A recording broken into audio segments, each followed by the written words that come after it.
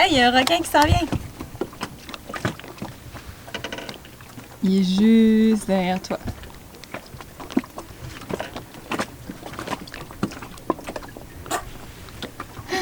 Il est juste en dessous.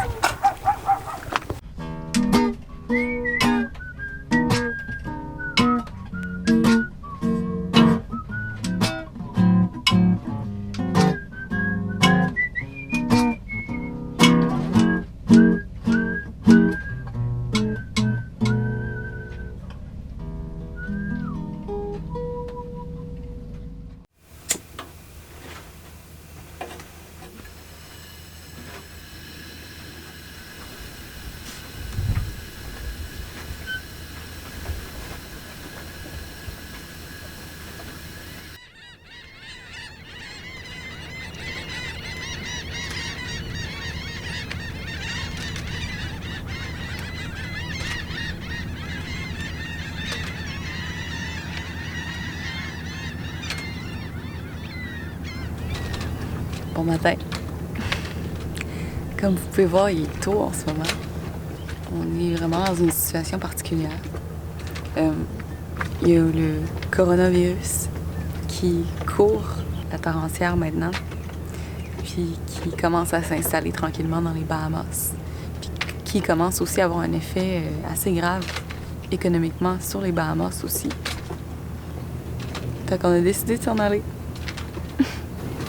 On va aller se cacher dans les exhumas en attendant que cette crise-là passe. On a un nouveau moteur. On a encore le même gréement. On a fait beaucoup de modifications sur le bateau depuis qu'on vous a parlé la dernière fois. Puis c'est ça, on part.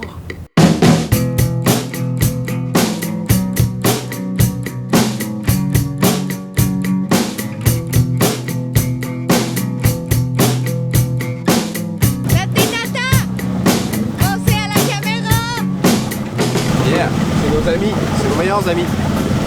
C'est Vicky et Patrick. C'est sur le voilier Exode. Et on les a rencontrés en arrivant en Nassau. Là, à cause de la crise du coronavirus, on a travaillé très très fort sur le bateau pour le remettre en état de naviguer. Ça faisait 2 ans qu'on avait navigué. Puis, Patrick il m'a aidé sur... il a même fait des affaires pendant que j'étais pas là. Il m'a aidé énormément à aligner le moteur finalement. Sans eux, est-ce qu'on serait capable de partir aujourd'hui? Non, ils nous ont vraiment aidé beaucoup. Ce qui fait en sorte qu'on est capable de partir aujourd'hui. Sinon, le bateau n'aurait pas été prêt avant dans 3 jours, même voir, je sais pas, l'alignement du moteur, je sais pas si j'aurais été capable. Ça prenait quelqu'un d'autre que moi pour le faire, je pense. Mais c'est ça, c'est nos très bons amis. Puis, on s'en va dans la direction des exhumats en ce moment, lentement mais sûrement. On est gone! C'est fini Nassau pour durée indéterminée. Sur le Galway Bay, on a un nouveau moteur. On a plein d'autres choses de nouveau. On va tout vous raconter ça pendant le voyage. En ce moment, on est parti à la course pendant les 3 derniers jours. On a couru partout. Éloi, il a essayé de préparer le bateau le plus rapidement possible, réparer plein de trucs, installer une antenne VHF, monter dans le mât, vérifier le rigging. Moi, de mon côté, il a fallu que je cours dans tous les magasins. Puis on a des réserves de bouffe pour genre 6 mois, si on veut. C'est vraiment beaucoup, mais bon, tu sais, on sait jamais.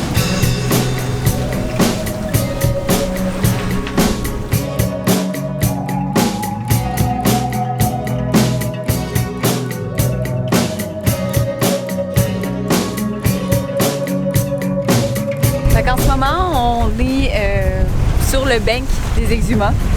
On a une très belle allure, on est au frais. Et puis, on prend un cap vers Stanielki. Stanielki qui est à...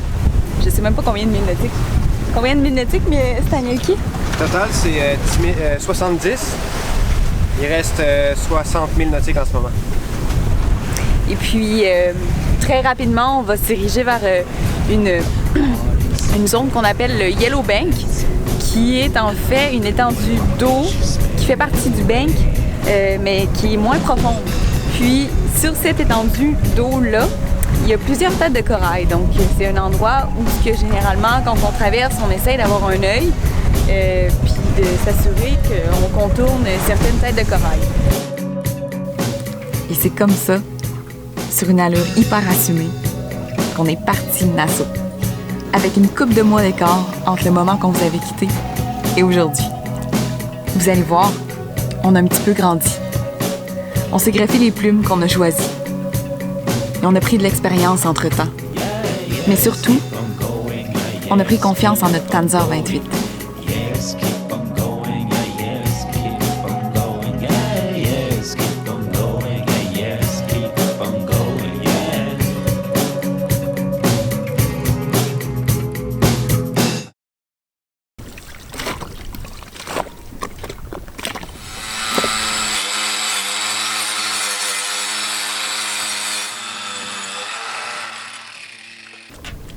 On s'est trouvé une hélice. J'ai été très chanceux parce qu'on est dans le milieu de nulle part. Puis j'ai un ami qui s'est acheté un bateau pas loin d'ici. Puis lui, son bateau, il n'a pas de moteur, mais il y a une hélice.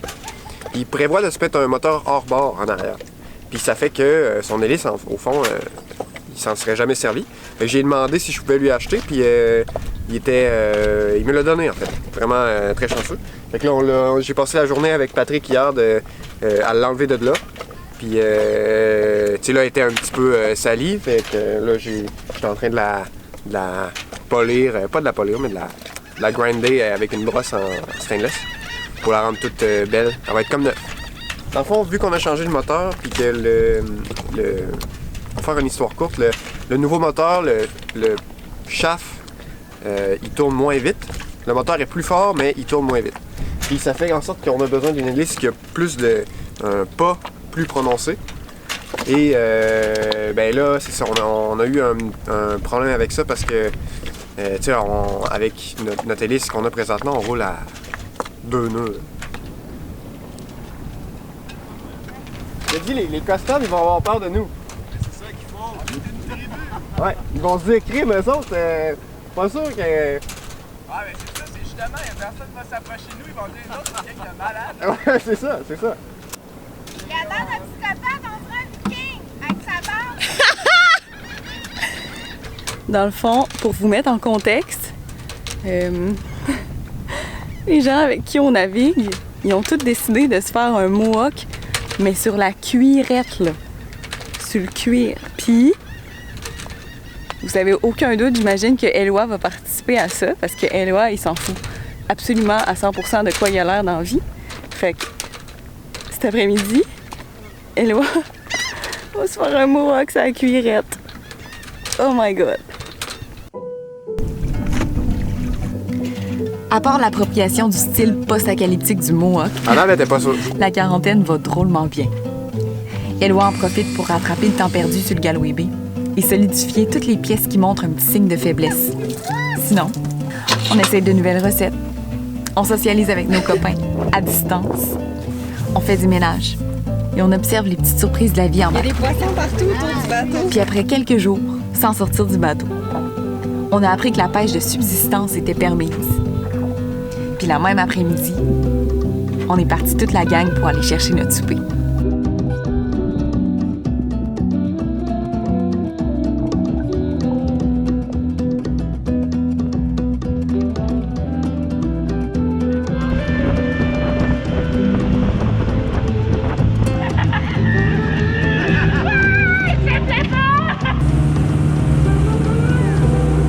Fait que la pêche aujourd'hui a été bonne.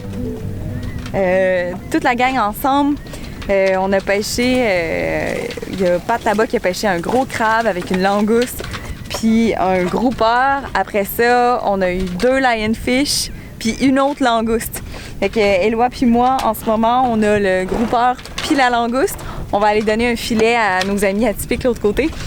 Puis on va arranger ça, puis on va avoir de la bonne bouffe fraîche pour ce soir. On est quand même contents. Ça faisait un bout quand même qu'on restait tout le temps sur notre voilier en confinement. Puis C'est vrai qu'on a comme profité de l'occasion de pêcher tous ensemble pour sortir puis profiter de l'océan. C'est ça. C'est dans des moments comme ça qu'on réalise la chance qu'on a d'être avec une belle gang de voiliers. Des fois, en voilier, on peut se sentir seul. Mais ici, même si on est confiné dans notre petite maison flottante dans les exhumas, on s'est rarement senti autant épaulé. Merci beaucoup, les amis. On tient à remercier tout spécialement nos Patreons qui nous encouragent depuis nos tout débuts. Et toi aussi, derrière ton écran, qui a écouté cette vidéo jusqu'à la fin. Merci de t'intéresser à nous malgré notre absence des derniers mois. Si jamais tu viens de passer un bon moment avec nous, tu peux cliquer sur « J'aime » juste en dessous de la vidéo ou t'abonner à notre chaîne. C'est une façon super simple et gratuite de nous encourager.